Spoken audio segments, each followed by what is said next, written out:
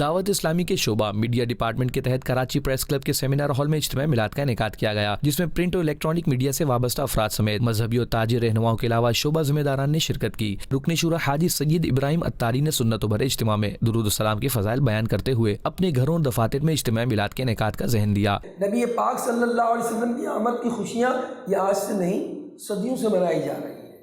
اپنے بچے کی برتھ ڈے کرتے ہیں جب تو کسی مفتی سے پوچھنے نہیں جاتے جناب، اپنے سال کی اینیورسری مناتے ہیں آپ، سالانہ آپ جو ہے وہ شادی کی خوشی مناتے ہیں جب کبھی مفتی کے پاس نہیں گئے، گھر میں کسی بھتیجے اور بھانجے کی خوشی کر رہے ہیں جب کسی مفتی کے پاس نہیں گئے۔ بات کیا ہے؟